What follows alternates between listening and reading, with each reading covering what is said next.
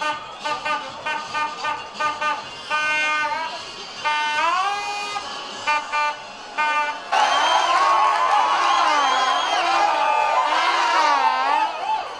nanomboka ny lalao dia efa nanindry ny Bahreïn Madagasikara. Niaritra ny fanafiarana nataon'ny ekipa pirenena malagasy hatrany ny Guinéana tamin'ny fizaram-potoana voalohany.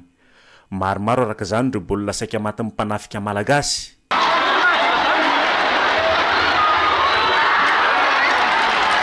Teo amin'ny minitra faraka amby 70 fanafiana tsara petraka nataon'ny ekipa pirenena malagasy daka tamin'ny tongotra kavina taonjivo mitondra ny malagasy any Cameroun.